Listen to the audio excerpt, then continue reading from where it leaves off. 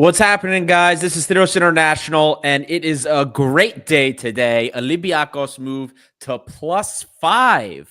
5 points clear of the title race so far. One match left to go in the Super League.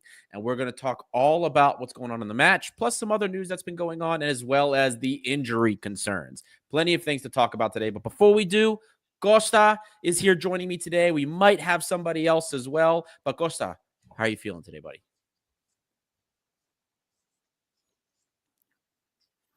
Man, it's a beautiful end to a beautiful week. 7 goals against AEK, 0 goals conceded. A goal at the death tonight to silence OPAP Clarina, and 26 games unbeaten. It's what more can you ask for? You can't ask for much more, man. And it's a match that we all knew was going to be more difficult, right? We knew there wasn't going to be another 6-0. It was going to be a lot more difficult. And the approach from AEK would be a lot more maybe conservative, because they don't want it was an embarrassment. They wanted to come back in front of their home fans to win. So a lot of stuff to talk about today, because man, this game was ridiculous. But before we do, guys, there's a lot of you turning in, a few dozen of you already. Don't forget to like and subscribe. If you are new here and you like what you hear, give us a follow. There's a lot of content that comes out. You also can support us on Patreon as well. The red-white community continues to grow overseas. It continues to grow across the globe. We have red and white fans that reach out to us from Africa, from countries in South America, of course, USA, Australia, all through Europe. It is a fever. And Olympiacos is continuing to attract more and more people to the community. But if you want to support us, you want to hang out, you want to check out all the great content that we offer, check us out on Patreon. Give us a like and subscribe real quick. For just $1 a month, you can access the WhatsApp chat, which I promise you guys is probably the most entertaining thing you can get for $1 a month. So check it out. Help us continue to grow the community. Every engagement helps. So take a quick second, hit that like button, and help us continue to find more red and white fans. Now, Costa, going back to the match lineup, starting with the lineups. I know a lot of people were kind of upset with what they saw, but for me, I wasn't super weirded out by the lineup, except for 2 things. There were kind of 2 things really 3 things that bothered me. One, I was worried about Danny Garcia, because this was his 3rd start in a row. You know, we played 3 games in 10 days or less, 8 days. And he started 3 games in a row. I was worried about his fitness. Same thing with Rodinei. Rodinei, again, he's another one. I mean, this guy is on the wrong side of 30, just like Danny Garcia. And these guys are playing way too many games. At least as far as I'm concerned. I would have preferred if both of them were brought on, because I didn't want to risk the injury. And then the other concern I had was at the striker position. Babis Kostoulas was the starting striker. He's been so good behind the striker, even playing on the wing, but he hasn't been super effective anytime he's played for the number 9 position. So I wasn't super excited about that, despite understanding that we needed to do some rotation. What were your thoughts on the lineup when you saw it? First of all, comment on the game broadly. You know, I think it's a game that we'll forget rather quickly, in spite of the satisfaction at the end. You know, overjoyed with that, obviously, but otherwise it wasn't a football match. It was more like an American football match at times. Like, it was very super aggressive, borderline just dangerous play, and I think the ref had very little control over it. I think in some cases AEK players got away with murder. I was very, very worried for Zolakis at the end of the first half. Like, he got the Mitoglu, just like launching his leg out there. Studs up, man. Like, it looked horrible when he went down. And, you know, we've seen players go down the last couple of days, and it's just like, okay, seriously, it's something that I was worried about going into the game. Obviously, their pride or any pride that they have left is was massively hurt, obviously, midweek with the 6-0 drumming. And, you know, if there's something they're going to come out with today, it's not necessarily quality, but aggression. And I think that was clearly the instruction from the coach, and they did that. You know, I think at times we got sucked into it, and second half we did not play well. Like the game was going for a 0-0 draw, and it takes a deep long ball from Carmo into Bruno. Inspired substitution coming on as a left winger, keeping his calm, playing a nice pass, and Chiquinho as well, just calm as you like, just takes his time, gets into the right position, slots it home, 1-0, Kalinichta, Yasas, we're out of here. So haven't really answered your question, but man, in terms of the lineup, I think there were 2 question marks going into the game, right? I mean, who's going to start up front and who's going to start in Andre Orta's place? For the rest of it, I wouldn't have changed anything coming in from the game midweek. That means the midfield partnership as well, and Rodinei as a right winger. We had to go and win this game, make a statement, create that distance, the 5 points between us and AEK. I think it's almost, football's football, crazy things happen, but it feels like tonight's nail in coffin. So we beat you 6-0 midweek. We beat you in your house. They were unbeaten until today, this season at home. So it's like, okay, I talked about it on the last show, the psychological advantage versus our opponents. Where are we now? Like, we're 1 game away from the end of the regular season. We haven't lost a derby, something that we've complained about all season. Last season, a lot of the previous seasons, that we weren't effective in derbies. And now we're coming out super strong. And I think we have a good psychological edge going into those playoffs. So, yeah, man. I was a bit surprised to see Costula start up front on his own. Like you said, hasn't really been effective as a number 9, although he didn't really play as a number 9 today. It felt like Gelson Martins was playing more as the out-and-out striker, and Costulas was supporting. Right. But it was a difficult game to play in, man. It wasn't a game where you saw football. It was more like a rugby game or like an American football game. So it's difficult to even pinpoint some of the players that stood out today. I thought Danny Garcia did really well. The first 30 minutes of the game, he was bossing the midfield. Yeah, man, that's pretty much what I have to say on the lineup. And I thought, because I'm probably going to leave soon, as we have the star of the show joining us. He's done all his his groceries, and he's coming in with the jokes as well. What's up, Labro, my guy? Good evening, guys. Good evening. Where the fuck is Matthaios, man? That pig, that clown. Man. What was that? What the fuck was that today? What a fraud, man. And then Lubasic did the same shit on the other end of the pitch, and he disappeared. Like, what? As Costa says, what a clown. Anyway, good evening, everyone. Captain, he's one of the captains for the national team too, by the way, but we're not going to keep talking about that. Anyway, Lambro, we were just talking about our early thoughts on the game, specifically the lineup. We were talking about, kind of how the lineup was a little bit awkward. Or I don't want to say awkward. There were a couple things that we were maybe concerned about with the lineup. Costula starting at the number 9. The fact that Danny Garcia and Rodinei started, even though they had basically played nonstop this past 6-7 days. So what were your thoughts on our lineup, at least the general thoughts about the game? To be honest, Adi, I think I was surprised that we didn't see Yaramchuk start. You and me both. What does he have to do, man? 2 goals and assists. Didn't start. Like, come on, man. I think Almeida came from the start, thought that Yaramchuk's going to play. That's why I think he played 3 defenders. Maybe he also played 3 defenders because they cannot play with 2 defenders at the moment. It's just not possible. But I felt like, Costula's just, maybe it's just he doesn't have a presence as a number 9 at the moment. Fair enough, he almost scored a goal. It took an amazing Brignoli save, but it was a super weird game, man. Like, super stop, start, balls in the air, just back and forth, fouls. It was just such a clunky game. The whole game was. I don't know what you guys think, but it was just, you barely got like 5 or 6 passes of good football all game. And the goal was like an Andrea Ricardo Doi special, baby. He told Carmo that one. He said, yeah, just ping that baby over the top.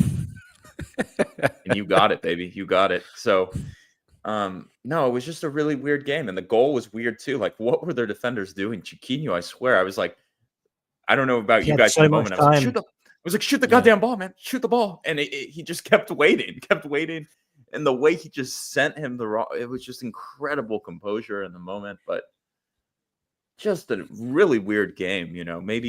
Maybe that was to be expected after the 6-0. Like they were going to be.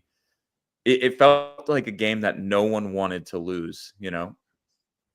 And I think honestly, from AEK's end, that was by design. Like the type of nonsense we saw today, the flagrant fouling, the absolute there was no shame in half of these actions. This was small team tactics. Small team tactics. When we go, we play on some of these Chorafia, and these guys are out here trying to destroy our players. That's what AEK looked like today. I mean, Gelson Martins gets double slid, studs up by two different people, no yellow, nothing. When Mitoglu did kick Tsolakis near the knee, by the way, if he had his leg just a little bit the other direction, dude, Tsolakis' year is done with that with a kick in his knee like that. Yeah, what was right that? before I that, thought Piro kicked. Was it Costinha? Did it hit Costinha him like in was the a face or karate just? kick. Nothing. Absolutely nothing. The referee today was an absolute joke. And it wasn't just like, I'm not saying this because I'm an Olympiacos fan and I'm upset at everything that happens. There were other accounts across social media today. Fenerbahce fan accounts were watching this game. And they were like, the referee's terrible. It wasn't just us. Everybody agreed that this guy was terrible. He lost control of the game.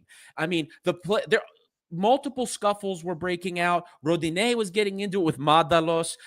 I can't believe the guy had the balls for that piece of crap. What was Shouldn't that be on though? Like he national team. didn't do anything wrong. Like he went He down. didn't.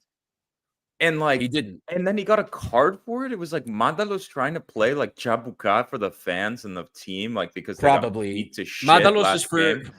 for retirement. But the thing is, like Joker. about Mandalos, like you're not that guy, bro. You're not Exactly. that guy. Like what Loser. are you trying? Like Loser. he really did that? Like why? And then Lubasic did the same thing. And it was just it's football, man. Like they play, man. They play sometimes. That's all they've got, though, man. Mentally, they've lost it. They know that we're better, and that's all they have left. It's Karagiannis, Tsaboukades, just like for the eyes of the crowd. And Lamela putting his leg like into Kostulas' side when he's on the ground. Loser, Argentinian loser. And and the Heze, man, he took a freaking foot onto the thigh, man. That was also Lamela either. Clown. Yeah. Man, Pirola's probably got a broken rib too. Dude, Pirola definitely has a broken rib, man. Like, it is a miracle that we made it out with only 2 injuries today. It is a miracle. I hope the God Pirola's okay, and I hope Danny Garcia. I mean, he probably has a muscle injury, man. That guy's probably out 2 to 3 weeks. The international break's coming at a perfect time, but like this game today was an absolute joke. And also Almeida trying to get in Rodinei's face, acting like a little bitch. Yes, what was Jesus that Christ, about? dude? Just they're losing it, man. It's like they're done. Like Almeida's probably done tonight, so they're just grabbing at everything. Like they're exactly. It's like when someone's like in a movie falling off the building, they're just like grabbing at air, trying to grab something, and it's just a disaster, man. I don't know. And I saw like a lot of people at halftime or like at the end of the games like, this is why we needed a bigger squad. Like we need more players. No, this is fine. Like I am rather be in this position than like some guy who hasn't played all season is like gonna come on. Like screw it, man. Like it's better. I don't care that we have a thin squad right now. Like players are ready to play. Players are fit. This is why we have good backups. I think we're fine. I think someone said it, but like Muzakitis, man, like I do not trust him to play right now. Like really, some really poor showings the past few games. Like Danny Garcia coming out for me is the biggest disaster from today. Pirola number 2, but God, man, that's brutal. That's going to be Danny Garcia's acting has been a bit of the anchor in the midfield lately. So. I feel like the game on Thursday is going to be a good one for Muzakitis' style of play. on a pitch like that, technical player. I think it could be good for him. But, you know, it's like today was not a game for him. Given the physicality, I don't even know what to call it. Like, it wasn't a physical game. It was bloody brutal at times. I agree with both of you. But I'm going to bounce, guys. I have two things I want to say. One, about the small squad. I mentioned it in our Patreon chat. The upside of it is that everyone's ready to go in. Everybody fits seamlessly into the plan. Everybody knows what the coach expects. So it doesn't matter if you're playing Chiquinho. It doesn't matter if you're playing Horta. It doesn't matter if you're playing Costulas behind the striker. Bruno, Palma, these guys have just fit in seamlessly. The transition, like the adaptation, guys, these boys, they joined like 2-3 weeks ago. Yeah. And it feels like they've been there for so much longer. Like Bruno today, man, instant impact, like running off the shoulder of the last defender, getting onto that long ball and then playing it like perfect assist into Chiquinho for the goal. That's brilliant. And, you know, the downside, obviously, of the small roster is that players get injured and then you're thin. But again, I agree with Labro. I'd much rather have 22, like 25 players like ready to give everything, play according to the coach's instructions, be his soldiers, the general soldiers. So, you know, that is what it is with the squad. And the last thing I want to say before I go is I want to apologize to Chiquinho, because during the game I was not happy with him. Again, in our Patreon chat, it's like, where is Chiquinho? He has not touched the ball. What the F is going on? And then he silenced me, and as well as the OPAP Arena crowd with that goal. So apologies, Chiquinho, but maybe next time what I'll do in a game is I'll swear at him and just say how shit he is, and then he'll score goals. Okay, I'm out, guys. Good night to everyone. Kalimera if you're waking up in Australia. See you again later this week. Peace out. The funny thing about the Chiquinho goal, though, is like, I think that was probably the only like positive touch he had since entering the pitch. Like, I remember him giving the ball away like 2 or 3 times. I don't remember him completing a single pass. So I think that was like the only positive touch he had since entering the field. Well. It was his first time back after a few weeks out. Yeah, I didn't expect him to play today, man. I expect, like, when they said that he was going to be on the bench, I was like, dude, this guy's only going to come on if it's only if it's a like an emergency. But yeah, great to see. I'm hoping that he's good to go, because we're going to need him in Norway. I mean, dude, we had 2 players come back from injury. 2 are injured with El Kabi and oh Jesus Christ, Horta, thank you. The 2 of them are injured now. You know, we lost Danny. Danny, I'm sure, is gone until after the break, and Pirola, man, he's also gone. Like, there's no way. Good thing Retsos is back, I guess.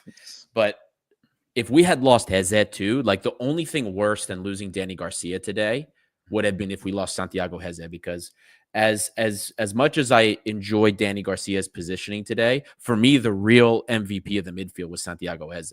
The number of possessions that he stopped, he led the team again in interceptions today. The number of times he would get back into our final third and just completely stop a transition into our third. Like, the guy is insane. I don't know, man. I'm just so thankful that collision with Lamela, with the studs up into his leg, dude. My father scared the crap out of me. We were watching the game and he goes, "Oh my God, is his bone sticking out?" I was like, "Don't say that shit to me. Don't tell me this about Santiago Heze, like one of the most important players on the roster." No way. I think, you know, Adi, and like, I think people complain about the small squad. Just, I'm doing it in my head. Like, we have 2 left backs, 2 right backs. It's kind of gimmicky because we're playing Rodinea at wing. We have 4 central defenders. We have 3 goalkeepers. We have 4 central midfielders. We have 4 or 5 wingers. We have 3 players behind the striker with Costulas and Chiquinho and Horta, and we have 2 strikers. Like, I don't think that's a small squad. No, it's not. It's really normal. Not it's just we're so used as Olympiacos to having like a million players, and it is so much worse to be saying to yourself, I've got this player who's quality, but's been sitting on the bench and we can't figure out minutes and we're competing to figure out minutes Right. with blah, blah, blah. Then being in the situation where it's like everyone is constantly playing. A guy got injured, next guy up, this guy's ready to go. He's been playing. It is a disaster when you have an injury and you're like, okay, this guy's been cold out on the beach. Like, we're bringing him in. Like, look, so I'm fine with us, stretching for options right now. We have 8 domestic games left. We have 8 before the final, the cup final, if we count it. And basically 7 because the second leg against AEK is a joke, probably. So we're you're looking right. at It's this 8 because we have one more in the league. We have 6 playoffs and then 1, so it's 8. You're right. So we got 8 games left. We're gonna have the break. We're gonna get players back. We're okay. Like, this is how football works. Mhm. Like, this is how it works. This is just how it is. So, in the end, this is where players are gonna have to step up. Like, this is what it's like when you have a normal size roster in football. Sometimes things go wrong. Sometimes you get an injury.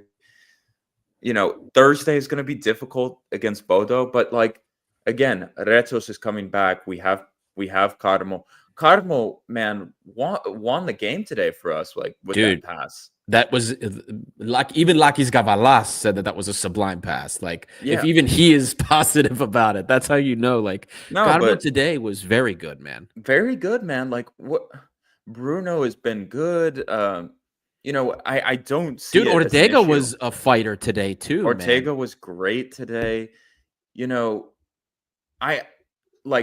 I think we're so used to playing with the same 11 that when a few of those guys are out, people are like, oh my God, what a disaster. We don't have the starting 11. But, there's a lot of these guys are capable and can play. Like, I have no problem going to Lakis, Costiña,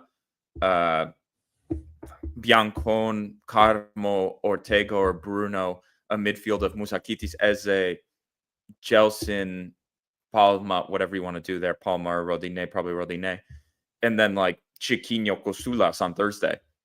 Is that like a rotated team? Sure, but it's not fucking bad.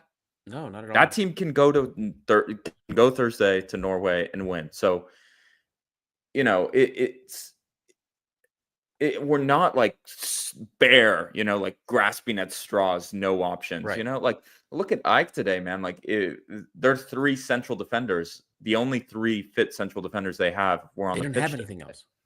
They don't have anything else. Like, they don't have a left back backup, basically. Like, Gasinovic was playing like wing back. Like, what was going on there? Like, you know what I mean? I've seen so many Olympiacos teams that has 32 players, and it's just a fucking disaster all the time. And what's the difference?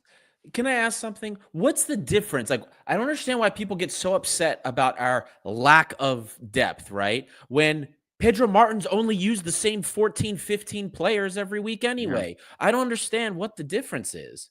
We're using we have less overall players on the bench, but we're using all of them. And also, we're not, I don't think we're like super bare bones here. Like, does it get scary at times? Yes. Especially because Mendilibar does some weird stuff and he can rotate really weird. But people are more scared. Like, they're like more scared of any, like, Velde was on the bench today too. Right. Like, and could come on and play for you. And don't forget, dude. Yeah. Papa Canelos has also been rostered with the team for like 5 games straight now. Yeah. Even though I might not rate him, but still, he's still there. I'm not worried at all. Like, I'm not worried about depth. Like, I see people freaking out about depth. Like, is it concerning that we won't have Danny Garcia and we won't have these players? Yes.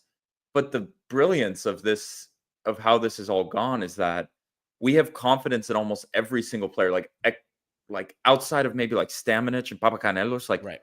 I am comfortable with anyone playing basically in this Olympiacos team this season. I am very comfortable. So, and this comment here too, I think Theo Magnatis has a great point, because this is the point I was going to make. Why would we need a bigger squad when we have a youth CL winning team to back up any injuries? We have guys that have already been popping up. Mendilibar's talked about them. Guys like Pneumonidis, Yusuf Tai, Lamin Silla. I mean, these Yeah. guys are all playing really well in the Youth Champions League. They have the round of 16 against Sturm Graz coming up. I think that we're If fine. we I mean, need it, if it's desperate times, like we need to tap into some of these kids. Like we screw it. can. Like We have that option. it, That wasn't an option that we've it's had in the past. it's better. Like what would people prefer? Like Sergio Oliveira was still around as like a backup option. Like I don't think so. Right? Like No. I think we're fine. Do think people so. still want like Andreas Doy around at 5th center back? Guys, I would rather like Biancone and some of these other guys dying out there on the pitch than seeing Andreas Doy ever play center back for Olympiacos again. Like, Yes. so I'd rather be stretched thin than being like, okay, let's get Oliveira on there for 15 minutes and get Doy on to play at center back. No, Screw dude, that, guys. Like, screw that. Like, what does that bring us? Like, Doy, a complete disaster and costing us points so early in the season, like with his stupid mistakes. Right. Or Sergio Oliveira playing 20 minutes. Like, screw it, man. Like, this is the best, most balanced team we have. And it's no mistake that the squad is this size. Yep. That we're playing our best football. We never played our best football when we had squads of like 32 players, man. It's not possible. No. It's not possible. So not at all. And I'm confident with the team we have. Like, just ride these guys, man. There's not many games left, everyone. Like, we're gonna have a week or two after this Thursday game. And then we got to ride, baby. We got like 10 games, basically. We got like 10 games, 11 games. That's nothing. Yeah. We ride. That's it, dude. That you're 100% right. I have been thinking, I've been going back to all the rosters through the last decade and a half. And I cannot find many squads where I can say, oh wow, like this squad had great depth. This squad had every option on the bench. Like, for as much as people, they're just shitty players, man. They're just like shitty players on the bench. It's like, okay, we have depth, but they're shit. Like, and they're unhappy and they're whining in the locker room and they're ruining chemistry. Like, exactly. Look back at the fucking Pedro Martins 1920 Olympiacos team who came on in the Emirates. Who came on in the Emirates? Like Maxi Lovera, Bruno Gaspar, Avram, and maybe like one more. We had another. What was that? Was that considered depth back in the day? Like, no, it doesn't matter. It doesn't matter. I don't know what this comment's about. Like, don't believe in Europe. I believe in Europe for sure. I do. But I'm just calculating in my head. We don't have that many games left, man. We don't need 4 more players to get through the next. Oh, he's saying because we're going to have 10, more 11 games plus here. Yeah. Okay, but again, we have 6 games in the playoff. We have 1. Yeah, okay, this guy did it. Here we go. Adonios, my man. Let's go. We have 2 cup games basically. Yeah. 2, we have 1. We have the final, which is like, does that really count? Because that's like at the very end of the season. That's at the very end anyway. Yep. And the one against AEK is a joke. We were up 6-0. So I'm not barely even considering that. So you're looking at 14, 15 games if we go all the way. Yep. We don't need a bigger squad for this, man. We don't need a bigger squad. We're at the right place. Players are. The amazing thing is, like, yeah, you have players who are ready to go and come in and play, man. And they're hungry to play. Right. You have Bruno comes in and, like, man, he's running to win his spot. Chiquinho comes in and he's trying to win his spot back from Horta. It's just, you have players who want to be out there on the pitch. You know, they're competing for minutes and they're enjoying it. It's not like this thing of just, you have Andreas Doy, who's 5th center back and sitting around for like when we play Panatolikos. There's no more Panatolikos, man. There's no more rotation games. There's no more. Let's play Sergio Oliveira for 55 minutes, man. It's like pedal to the throttle, man. We're playing. And all of these players, save for maybe Stamenic and I think Papacanelos, all of these players have great fit. For as much as people complain about the transfers that we made, Luis Palma is a great fit for this team, and he's been a great fit for this team.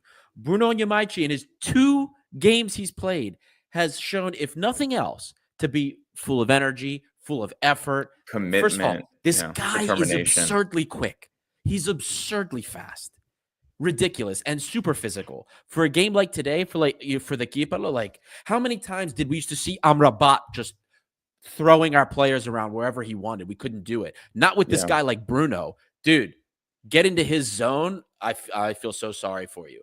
And then Christopher Veld, who's also been a useful player on his day. Sure, I know a lot of people are still disappointed based on the preseason he had. Fine. But he is a super useful player to have, especially when you have a guy like Palma that's hit the ground running since he's been here. Useful. We have plenty of useful players, man. The team is doing well. It is fighting well. Even in games where we don't play well and we don't play particularly good football, we are in it and we are creating opportunities. It's insane, man. Somebody asked if my kit's the Umbro and it's Puma. But the team, this is a team that wins a title, Lambro. The teams that can eke out these results, make sustainable chances, sustainable scoring opportunities. I have preached every single show about sustainability. This is one of the most sustainable offenses we've had. We just put the stats up from the start of 2025 compared to 2024 last year. I did 2023 the year before. We've done the stats showing all the opportunities we've created. And for as much as people like to say this is a less creative team, we seem to make more big scoring chances. We seem to materialize more opportunities inside the penalty area. And we also have a higher XG. We are underperforming still relative to that. This team is sustainable. The performances are sustainable. That's what wins you titles. Sustainability. Man, and this we team haven't. has that. What wins you titles is we haven't conceded more than 2 goals in 5 months.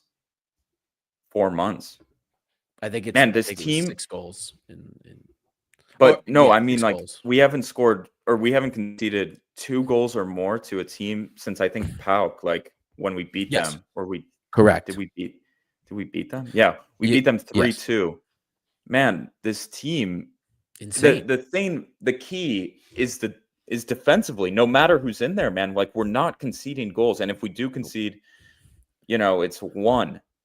That gives you a chance to win, to progress. You have El Kabi, you have amazing forwards going forward. You have wingers who can score and blah, blah, blah. You have Orta, you have Chiquinho. The main point for me is like I think we've conceded like 1 goal the past 4 games as well. Like, it's just only 6 in the new year. And it doesn't matter if it's like Retsos, if it's Carmo, if it's Pirola, it's Biancon, it's Bruno, it's Ortega.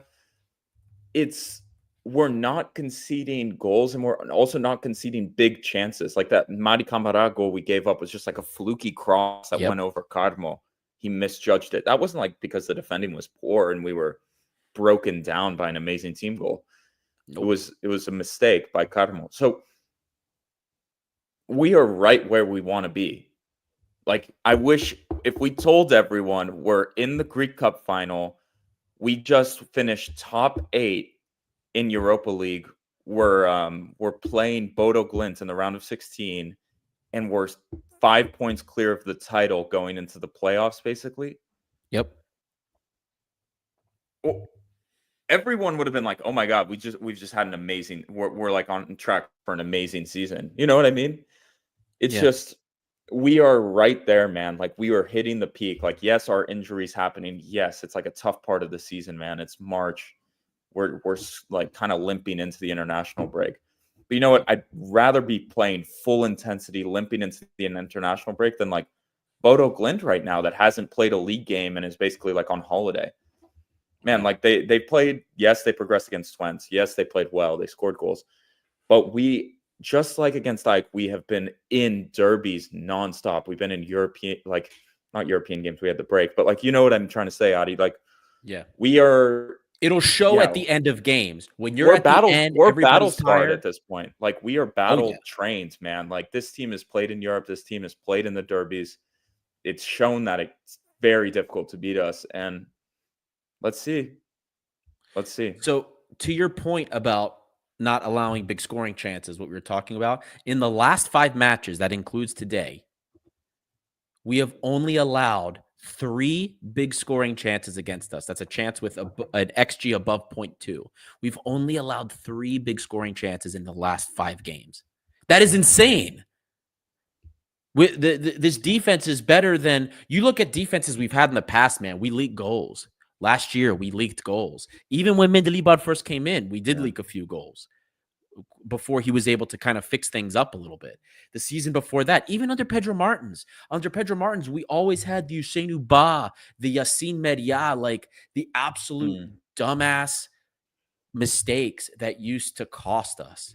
So I'm as far as I'm concerned, man, like this team has what it takes to not only get us to a title, maybe even a League Cup double, the first we've seen in probably 5 years, but this team has what it takes to take us further than we've ever gone in the Europa League. Exactly. It's all in Europa League, man. Insane. Like this is a feat, finishing top 8 in this new format. We're playing Bodo Glimt. Like, I'd be so happy with the double this season, like some domestic trophies. It's been, I still think of that stupid cup final with Pedro Martins what was that guy's Yarchemiak or something, Karchemiak, the striker, the Czech guy who scored the goal against our stupid defense with Holebas, and it was 3 at the backs. Anyone remember that shit, man? In like the MTO Waka? Bro, yeah. I want to win a Greek Cup, man. Screw it. I know you don't, but like I want that as well this season. So I wouldn't say no. My whole point was if we had to prioritize rotation, I would have rotated Greek Cup is all I was saying with that. But anyway, for me, like this game against Bodo Glimt, like I trust all the players who are going to be out there and all the players who are going to come on as well.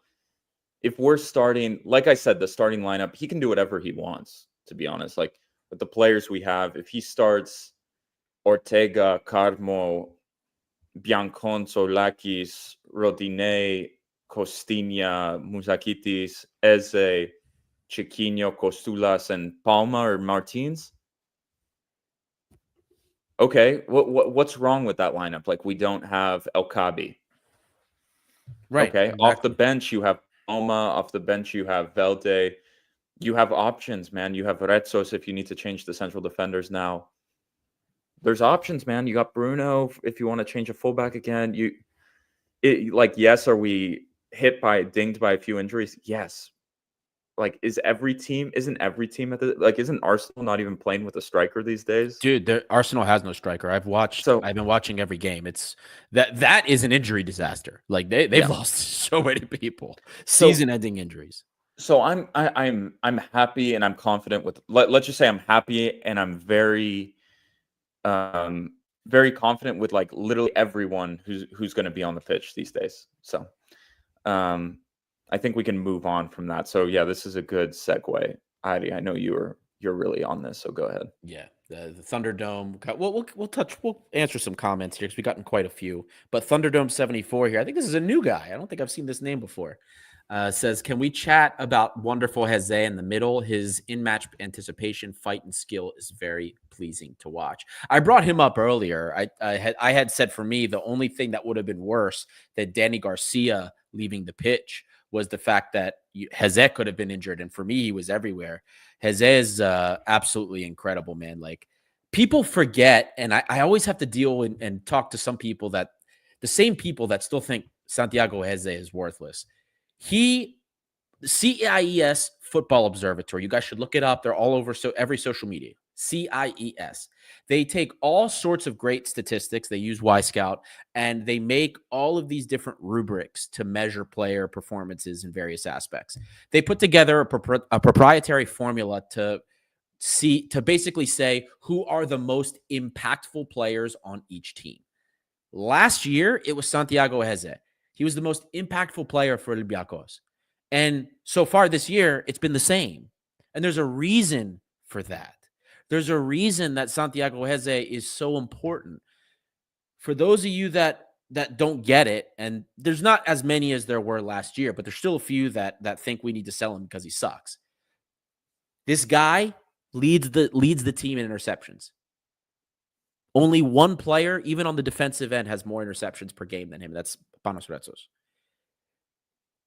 Most defensive duel wins per 90. Also, Santiago Heze. Best success. The guy is also responsible. He has more touches per game this year. He gets on the ball more. He distributes the ball more. So the people that have said that, the people that don't like him, I mean, is the guy going to be threading through balls like Danny Garcia or David Carmo does to the wings, giving you goal scoring opportunities? No, that's not what he does. But this guy controls your midfield. It's not a thankful job. It's not a job that shows up in highlight reels. But this guy is one of the most important pieces of the team because he is the only member of the team that can lay the press trap. Danny Garcia can anchor the midfield, but nobody on this squad can anticipate the opponent's movements like Santiago Heze does. Santiago Heze has the best ability to read the game and be where he knows the ball is going to be. So the Santiago Heze for me is an incredible player. I cannot talk enough about him. And I know some people don't like that, but he's just an absolute insane player. I don't know anyone who calls Heze bad, Adi. Like, there's a few on X. I get them. They message me all the time. Don't call it X, Adi. It's Twitter here, but man, Twitter. We don't call it that shit. Like, and also, I keep seeing this question from known as Arctic. Can you search up how many of our players are losing the next game with OFI due to suspension? Can someone do that for us? Like, I don't know how to think. I don't think we just served. I think Gelson Martins is serving a suspension. Who's serving one? I know one person is suspending at least. So Gelson is serving suspension and then there was one other player that had a yellow. It might have been Carmo. Did he get a yellow today? I honestly he did not. Carmo did not get a yellow today. I don't think. I don't know. But he had 2 yellows, so he was in danger. No, he didn't get a yellow today. So no. We shouldn't have any other ones. Somebody served a suspension in the Greek Cup. I don't remember who it was, but I think we're okay. The only person that was in danger for suspension was there you go, David Goddard. Gelson and Danny, according to I have to check. I thought Danny only had 1 yellow. Yeah, someone from today. That's your answer right here. Gelson and Danny Garcia. It sounds like Gelson. I knew was suspended already. But maybe that was Danny. But yeah, also known as Arctic, he's cooking some of you guys in here. Over 100 votes in the poll, but only 14 likes. Come on, guys. As Costa likes to say, please do drop a like. It supports us and helps the project. It helps expand our community. It costs you nothing, helps us, and also, improves us on the aggregate, or what is it called? The AI that picks the videos that people see. The algorithm. The algorithm, Adi. Thank you. You're clearly a STEM major while I am not. Well, while we're on that topic real quick, and hold on. I was looking back on our thing. Like, man, I still wonder, like, I wonder like how much our depth is better than like where we ended last year. Like, I wish like I could pull up that chart where we had all the expiring contracts. And I'm looking, do we have it? And I don't know. We had 18 players, loans or contracts ending. 18 players, dude. I can't find it, but we used to have like a squad list of all the players basically we had at the end of the season. We had 3 wingers, Lambro. 3 wingers for Europe. Forget Gelson. We brought him in. He wasn't on the European list. We had 3 wingers. We had Podence, we had Fortunis, and we had Masuras. Those were our 3 wingers. That was it. Yeah, it was bad, man. And then Keeney was playing right back and left back because Omar Richards could not consistently stay on the pitch. It's a joke, man. Like, there's no comparison of this team versus last season's team. Like, fully fit, fully healthy. You can't tell me. No one can tell me. I'm sorry. Like, amazing team, amazing stuff they did, but yeah. And today it was just, I don't know. Today was such a weird game for me. It felt like one of those old school grungy. 20 like economic crisis Greek derbies, man. Like, it was just like typical 2014, 2013 Greek derby where jack shit happens. It's super physical, and you walk away from that and you're just like, that was absolutely shit. Like, that was what today was like. It kind of reminded me, we talked about it in the Patreon chat. of of that derby we had with Ike, with Botia and Milivojevic getting sent off, and then Kasami saying Ike is a small club. Small club. It was like Yeah. there were no red cards today, but it was like that sort of physical, like not quality, just at moments you're like, what am I watching? So there's not much to analyze from today, I would say. I don't think today is the way Olympiacos plays football. I think that's not the way Ike plays football. I just think they were so desperate because they realized they can't play the way they want to play with us. So Almeida was like, this was like a complete Hail Mary from him. He was just like, let's try and score a goal basically on the counter here, a penalty, a foul, Well, the way they play normally header, feeds right into how we play. Almeida wants to play high up, lines high press. That feeds right into how we play. He can't play like that. He can't play like that against us. And I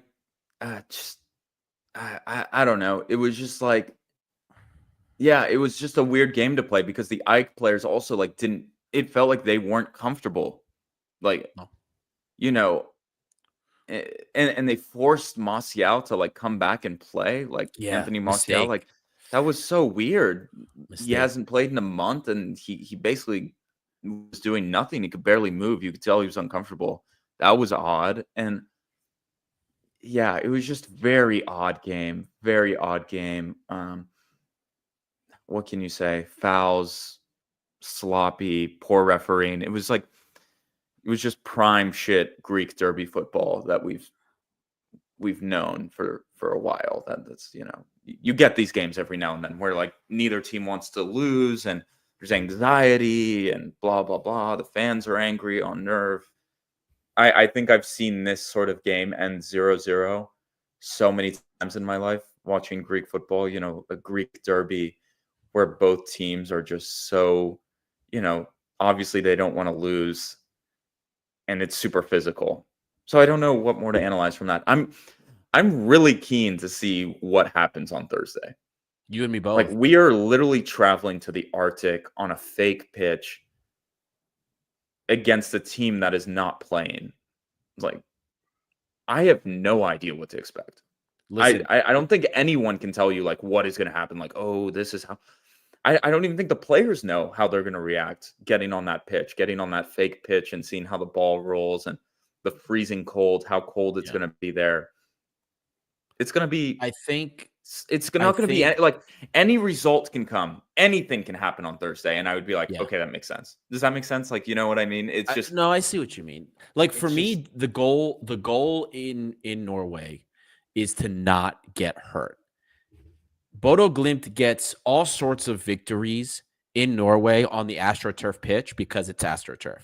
I just don't want us to lose people to injury. We've seen bigger clubs than us go there and lose. I remember watching Mourinho's Roma, going to Norway and getting absolutely slapped on that pitch. I just don't want us to get injured because they have a terrible record away from home. I will take them anytime at the Karagiannis. They can come. I know we can handle them at the Karagiannis. The way they play for a lower league Scandinavian side, and I don't mean lower in the table. They're champions in Norway. They're a very aggressive team in Norway. But the Norwegian league, we can say the league rating is lower, we'll say, than maybe it's outside the top 10 at the very least. But they play an offensive brand of ball. They play possession-based. That should play into how we approach games. There, I'm not comfortable. I don't know what we'll do. I just don't want us to get hurt. As long as we get even a draw, I will be happy. Because I know when we get them in our castle, I know we can take them there. Get a draw, get out without injuries. That's the goal for me on Thursday. Let them come to our castle. We will take them there. I don't want to deal with this hoodoo that goes on in Norway. I don't want to deal with whatever magic the North Pole has for us and have people get injured. I just want us to get out of there healthy so that we can welcome them in our castle and promptly beat their asses. That's what I would prefer. I also don't know how you prepare. Do we go and find an AstroTurf in Athens? Where can you find a replica of this to prepare? It's very difficult. Get there early. You get there early. All the pitches there are. do we get there? Do we go early and train on the pitch? Is that, I don't know what the club is banking on. I don't know what the club is planning or what they're thinking. But just If it were me, super difficult. no, it is. If it were me, man, I'm sending the team on the first flight out tomorrow and say, guys, you're going there. You get your rest when you're there, but then you're getting your feet on an AstroTurf pitch and getting used to it. And the cold, man. Play like Yeah. let's do training like Tuesday night out in the freezing cold, so like everyone's getting used to it. You got two sort of practices where you're. I think that's a good idea too. I don't know what they're planning. I just think it's near impossible. Also, this Bodo Glimt team is also they're not playing friendlies too. I thought they would be playing friendlies, which is super weird. Really? I don't think so. If you go on, does anyone know? Here, I can look. Give me 1 second. Can I because I don't think they're playing friendlies right now. I don't know. Here, I can tell you. Give me 1 second. You're right. They haven't played a single friendly. So no, that's not true. That's not true. They played one. They played a friendly. They played a friendly on the 6th of February. That was like a month ago. They played Europe between then, didn't they? Yeah. So that was the last friendly they played. Super confused. I don't know how this works. I don't think any of us know how it works. You know, I think this is an experience for all of us. In theory, right? When you play a Scandinavian team in Europe, you never want to play them one in the summer when they're like fully fit and you're just coming off summer preparation. And you don't want to play them like basically in December or November, you know, when it's freezing cold. Is this a joke? Is this shithousery or is I bet you it's 0 degrees. It's freezing there, man. Like it's warnings for avalanche. Are we come on? I don't even know the town is called Bodo. I think it's called Glimt? Bodo. Yeah, it's called Bodo. No, it's Bodo. Yeah. Man, no, yeah, it's 4 degrees Celsius right now. 4 degrees. Man, I'm looking at the weather. It's supposed to snow and rain all week as well. At least on Thursday, it's going to be pouring rain, but it's going to be like 4 to 3 degrees. I guess that's like better than we should fly there. Honestly, I hope the club goes early to like practice on that pitch, and we need to. You know, have you even amateur level? Have you ever played in the rain? It's like 4, 5, 6 degrees Celsius outside and you're playing in the rain. It's cold, but not cold enough to freeze, and it's raining. Anytime you get hit by anything, your skin, it hurts so bad. Any type of contact, it's awful. Yeah. So I think, personally, okay, this is going to sound weird. Personally, I play freaking Yaremchuk, man. That guy, I think he grew up in Ukraine. He's from Eastern Europe. Like, he has seen probably some of the worst pitches you've ever seen. Like, I'm playing Yaremchuk up front, man. Like, and this guy, Veld probably as well. Like, it's going to be weird. If they bring out Velde to play, I would play him. Like, if anyone knows what it's like to play on that pitch, it's probably Velde, man. So, do you do it? I think you would consider it. Like, I think I would rather start Velde than Gelson Martins. Like, I would be scared shitless of Gelson Martins like getting hurt out there. So yeah, I'm with you. I would do the same thing, man. Like, I just don't want us to get injured. I don't want us to lose even more important pieces. You know what I mean? We have 4 injuries that we're worried about right now. El Kabi and Orta probably will not be back before the international break.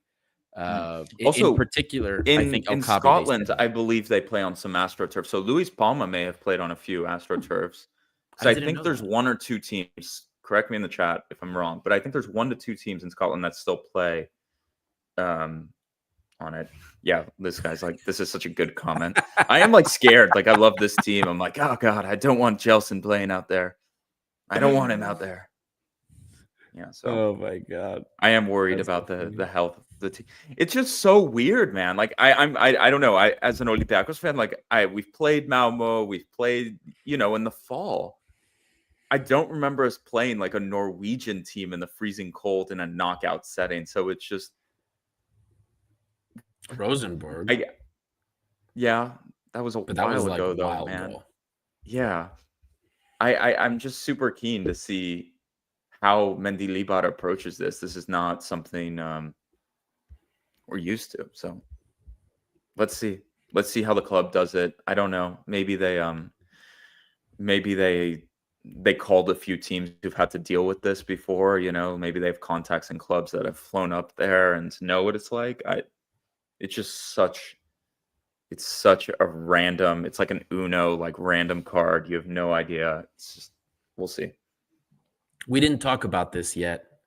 Arispan has a comment. He's joking about Mendilibar asking for a left winger, and the board saying, no, we have Furtado from Lato. This is referencing reports that came out of Greece today that they were different depending which site you went to.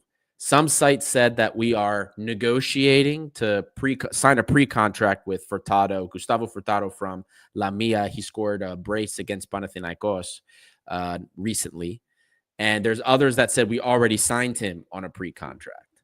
So if that is the case, he will be, if we did indeed sign him on a pre-contract, he would join Hefte Bentancur as the second signing that we've made from the Greek league this season.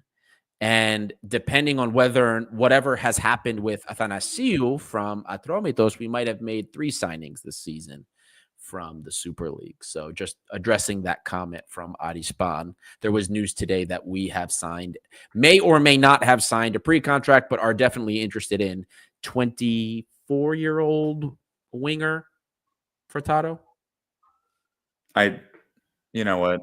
I think it's low. What is it like? Low risk. You bring these guys in, take a look at them in the summer. Rio Ave exists. Rio Ave. And also Rio Ave, man, is super happy with like Doi and Versailles and Omar Richards. They're like, holy shit, Olympiacos has taken us to a new level with their loanees. And we're like, you know what, guys? That's what we're here for. Like, so, well, I think Furtado is one that for sure would probably take a year at Rio Ave, and if he has a great season, they bring him back in. And also, I got Mega on at the TV. Like, man, that Mandalos incident, what a joke, man! Like, I'm seeing it again. Just what a clown. He is incredible. He is another one of that generation that needs to just F them off in the national team. Like, yeah, you keep whatever. I get you need to keep the locker room for the young guys. Keep Bakasetas. I know he's a vocal leader. Keep Masuras. But what is Madalos giving you? That guy is garbage. Oust. And then just like watching his Joker antics today. What a loser. Adi, you were so ready for Greek national team and next week, right? We play next week, Greek national team. Is it the break? When's yeah, you're right, because we play this Thursday, then next Thursday is the following European match, and that's it. Yeah. Last 2 weeks of March. Who do we play? No, we play March 20th and 23rd, actually. They're friendlies, right? Wait, do we play OFI this weekend? We play OFI this coming weekend, yeah. It's the last match of the I thought we were off. Okay, I thought we played Thursday and we're done. Okay, never mind. Okay. No. We have 2 more weeks. Yeah, we play we play Scotland. That's right. We have the Nations League playoffs coming up, right? Yep. So we play Scotland. We play Scotland. I know at least one match. We play Scotland. No, we twice. play Scotland both matches. Yeah. Is that knockout? What is that? No, it's Nation Leagues it's the Nations League or something? Playoff thing okay. The first game is at home. Yeah, the first game's at home. Interesting. Okay. So anyway, we're an hour in. Lambda, man of the match, coach's grade. Start wrapping it up. Yeah, man of the match for me is Cardinal, man. What? Like, that is the player, maybe it's like OPAP Arena, man. I don't know. It was Carmo today. It was also that goal, man. That goal I was behind literally, how many months ago was it now? 8 months, say? Maybe more. Just shivers down my my back when I saw the Chiquinho goal on that side of the stadium. Like I don't know about some of you guys who were in the stadium. I just watching the game today just felt so much nostalgia watching Olympiacos players play on that pitch. I don't know. So amazing moments. And I'm watching a TV, like the Olympiacos bus is just coming back from the stadium, and the fans are greeting them with flares and red. So good for the fans, good for Gate 7. Good for them, man. Welcoming them back like heroes. Like super big win tonight. Super big. One step towards the championship. So man of the match is Carmo. Coach's grade for me is I go B+. I would have started Yaramchuk personally. Yep. And I think Kostulas would have been more interesting coming off the bench, maybe, but that's me. So we'll see. So my man of the match today is going to be Santiago Heze, simply because I think we locked down the midfield, which was so important. Us disrupting AEK's midfield is like essential to breaking them up. In the Greek Cup match, I talked about Orbalin Pineda. He's the guy that, like, what Fortunis used to do for us back in the day, like in the old, like when Martin's first season was here, that's like what Pineda does for AEK. He's somebody that like kind of makes everything tick, and he distributes the ball, gets in those spaces. Very good player. And we broke that up in the cup. Like we completely made him ineffective. And then they didn't start him today. They brought him on, but again, we just completely locked down that midfield. And Heze, as I've already said before, Santiago Heze is just such a key part of disrupting those plays and intercepting those balls. So he's my man of the match. I think you can give a shout to, of course, Chiquinho scores the goal. Bruno Onyemaichi comes in, gets the assist. Those guys obviously people are going to look out for shouts. David Carmo, I thought, had a great game also. And you know what? I will still say this, even though I don't think he's an effective number 9, Babis Kostulas at 17 years old, just like balls to the walls every game, gets into whoever's face he gets into. I don't think you can ever not give him praise for that and for the things that he does. So all those guys did, in my opinion, quite well given the circumstances, but Heze gets the man of the match. Coach's grade, there's the things I liked and didn't like about the lineup, and there's the thing that worked, right? I was worried about Danny Garcia getting injured, but like his positioning is effective, and he's an effective player in these types of games. So that doesn't go against him, but like some of the subs, I think I agree with you. I think Yaramchuk should have started. I also think this type of game, like he's a bigger guy. And he's more. And I think I played 3 center backs because they also thought Yaramchuk was going to play as well. So I think it was a bit of like they were like, wait, what? I think they played Toglu because they were like, oh, okay, let's try to cut off Yaramchuk, take him out of the game, and it was just like, I agree with you. And then as far as the subs go, like, okay, he had the injury subs that he had to make.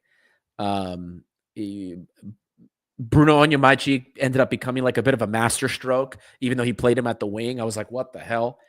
Mouzakitis, he didn't have much of a choice. He had to play Mouzakitis. I guess you could have tried Stamenic, but Mouzakitis is more battle tested right now. He didn't have a great game. I think, you know what? I think a B+ is fair. I like what you gave him. I think that's fair. Even if maybe I'm nitpicky about a few things, I think B+ is fair. So Heze and B+, and then the chat voted for, it was close. So Chiquinho, man of the match with 45% of the vote. Heze very close behind with 37%. And then I know some people in the comments have said that they would have voted for Carmo, but I didn't include that as an option. But some very good points by some people. And I think, there's a couple of shouts. Nobody really is going to have great on-ball stats today because of how that game was. A lot of fouls, a lot of pushing, shoving. Neither team really had a lot of possession because there were so many stoppages. So you're not going to have that type of performance that you can say, hey, these guys were the best. So it's really all about who was fighting the most, who was getting in good positions. People were talking about Mouzakitis' worst game in the shirt. I've seen worse said about him today.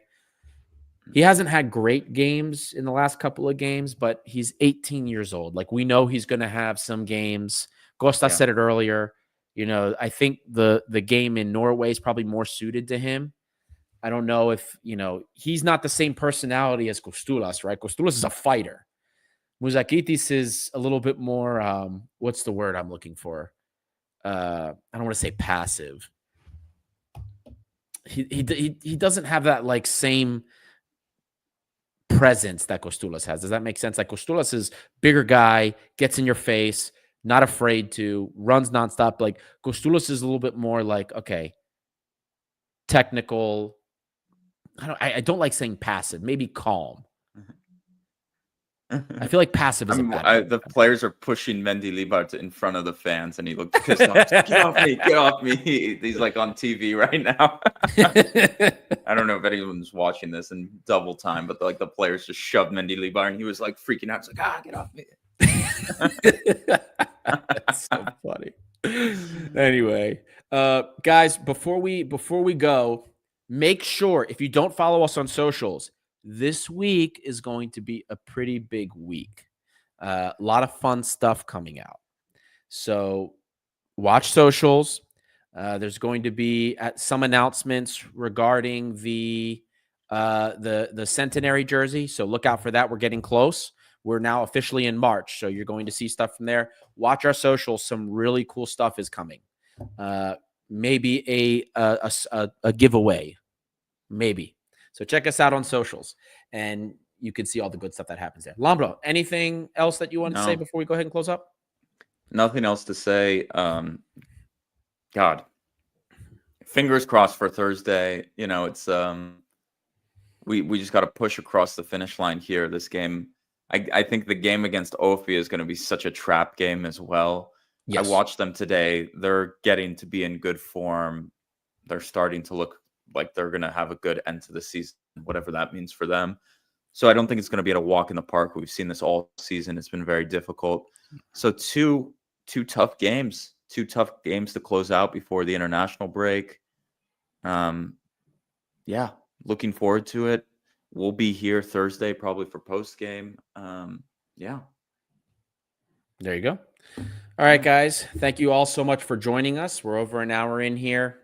Great to chat. We got some big things coming up, of course. Olympiakos' next match is coming up in Norway. We're playing Bodo Glimt in the round of 16.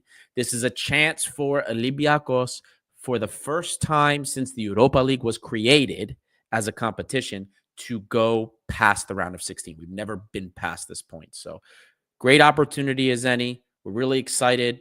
Check out our socials if you don't already. Keep an eye out for the stuff that's coming out. Really pumped, really excited for that. And we will see you guys next time. This is Trios International by the fans for the